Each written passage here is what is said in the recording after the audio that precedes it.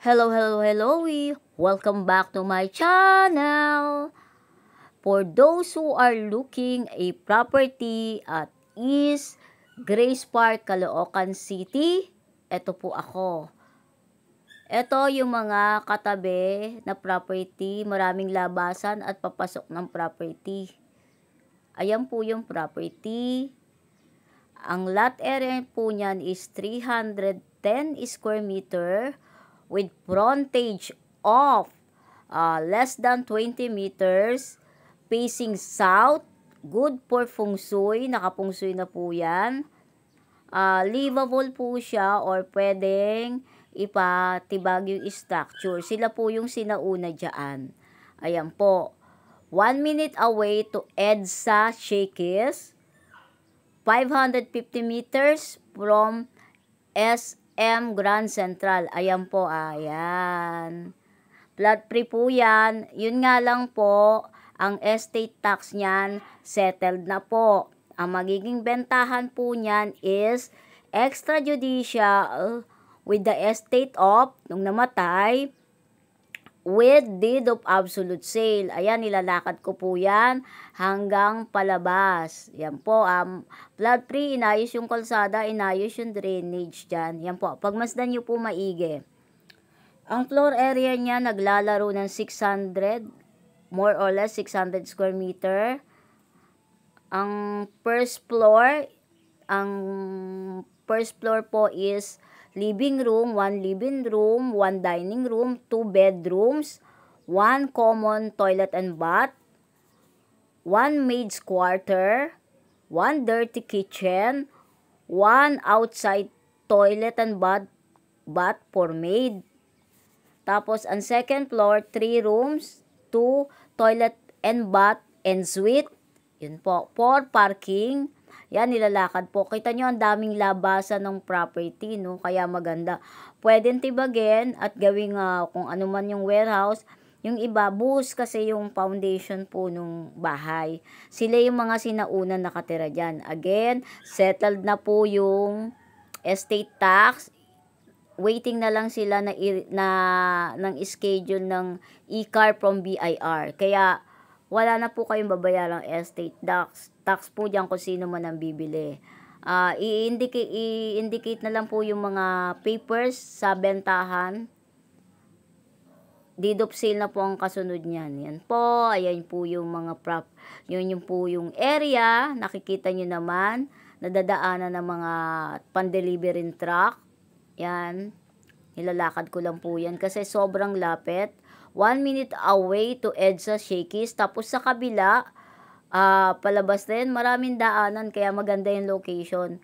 Slightly negotiable po. Ang katalasang bentahan dyan, 100 plus na po above per square meter. Yan po, going to, yung kaliwa, yung kanan po niya going to SM Grand. Ayan po, ayan yung mga daanan ng bus, going EDSA. Ayan na po si MR, si LRT. Ayan, EDSA na po yan, pa 7-Eleven.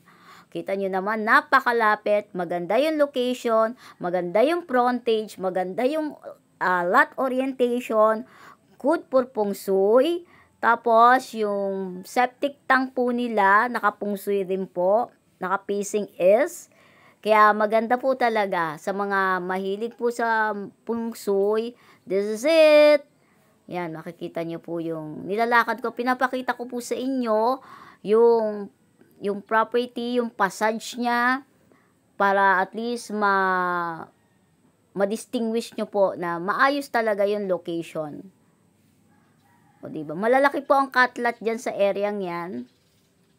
Kita naman po, malalaki.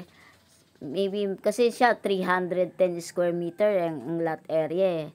Kaya yung mga katabi niya naglalaro na ng 300 above square meter.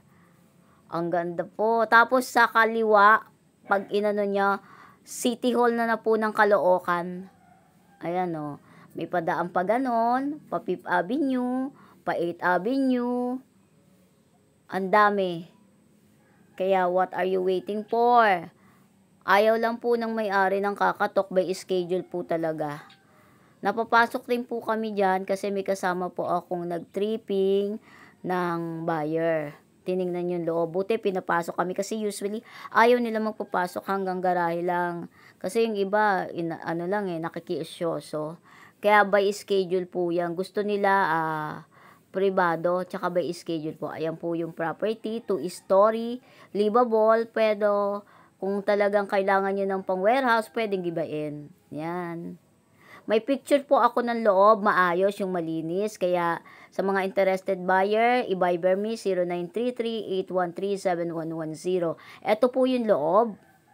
Yan, mabilisan lang po yung pagka 4 car parking po ang kakasya dyan, parang 3, tsaka 1 doon. Ito po. Ayan po yung loob niyan. Buhos po yan. Yan. Makikita naman po, nandoon ang septic tank.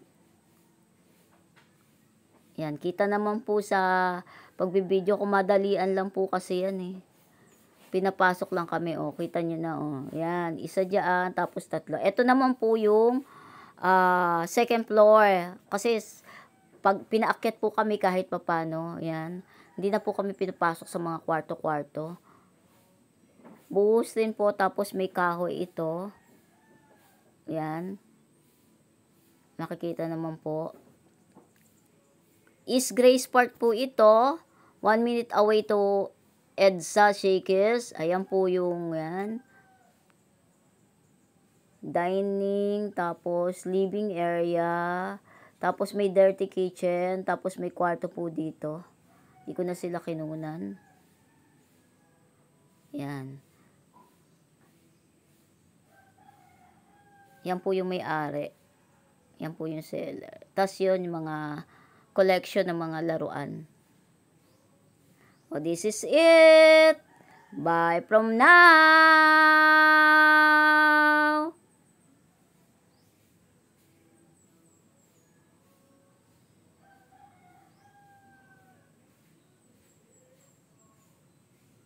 Nara po yung kahoy niya Nara. Yung sa may hagdanan. Pwede na lang ayusin yan para konting ayos para maging office warehouse.